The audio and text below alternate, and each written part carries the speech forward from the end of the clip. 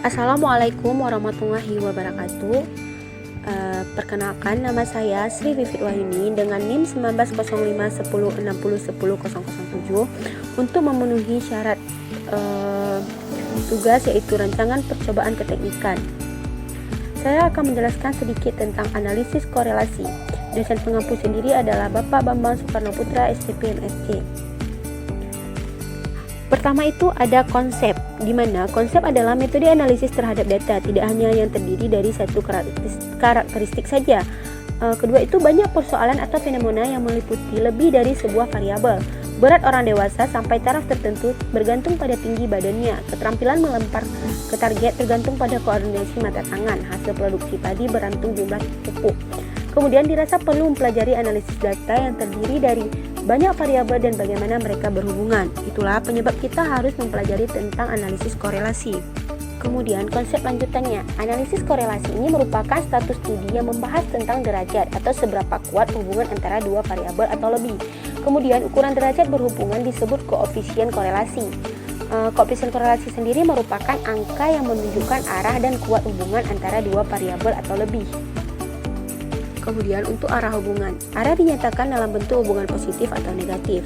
Arah hubungan positif itu berarti pertama, apabila nilai variabel ditingkatkan maka meningkatkan nilai variabel yang lain.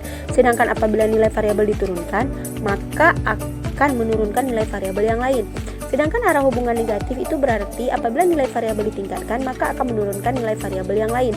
Apabila nilai variabel diturunkan maka akan meningkatkan nilai variabel yang lain. Kemudian untuk kuat hubungan sendiri, kuat hubungan itu dinyatakan dalam bentuk angka antara 0 sampai 1, di mana angka 0 itu menunjukkan hubungan yang tidak ada, sedangkan angka 1 menunjukkan hubungan yang sempurna. Untuk koefisien korelasi sendiri, besar koefisien korelasi memiliki range yaitu dari -1 sampai +1, di mana besar koefisien korelasi dapat diketahui berdasarkan penyebaran titik pertemuan antara dua variabel. Kemudian untuk teknik korelasi sendiri itu memiliki pedoman berdasarkan jenis data yang digunakan. Pertama, jenis datanya itu ada nominal, ordinal, interval, dan ratio. Sedangkan untuk teknik korelasinya itu koefisiensi, kontingensi, Spearman rank Kendall tahu, dan version product moment, korelasi ganda, korelasi parsial. Sedangkan pertama itu ada korelasi produk moment.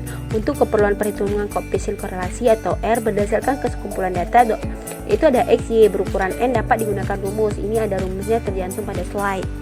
Kemudian untuk harga yang diperlukan itu ada sigma X, jumlah semua data variabel X, jumlah sigma Y itu jumlah semua data variabel Y, dan sigma XY jumlah semua data variabel X dikuadratkan. Sedangkan untuk sigma Y2 itu jumlah semua data variabel Y dan dikuadratkan. Itu ada di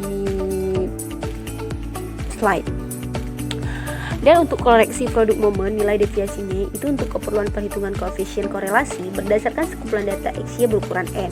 Harga yang diperlukan itu ada jumlah semua data variabel X deviasi dikuadratkan, jumlah semua data variabel Y deviasi dikuadratkan, dan sigma XY jumlah semua data variabel X deviasi dikali Y deviasi.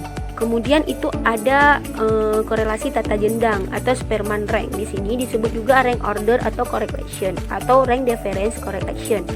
Penemunya itu Carl Spearman dan Fishman rank. Menghitung tingkat hubungan yang dilakukan di sini adalah menghitung tingkat hubungan antara sesama variabel dengan data ordinal. Kemudian rumusnya ini terdapat pada slide, di mana itu rho adalah koefisien korelasi dan D itu perbedaan skor antara dua variabel. Sedangkan untuk N sendiri adalah jumlah subjek dalam variabel. Yang ketiga itu ada korelasi PHI, yaitu di sini korelasi PHI sendiri untuk perhitungan memerlukan tabel kontingensi. Kemudian korelasi kontingensi, dan ketiga itu menghitung hubungan antara variabel dengan data nominal.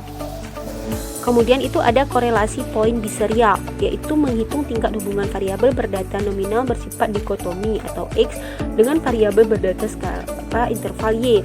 Kemudian ada nama serial akan mengikuti banyak dikotomi pada variabel X. Ada biserial sama dengan 2 dan triserial sama dengan 3. Dan untuk rumusnya sendiri itu terdapat pada slide, bisa dilihat pada slide untuk misal rumus. Sekian presentasi saya, semoga bermanfaat. Saya akhiri. Wassalamualaikum warahmatullahi wabarakatuh.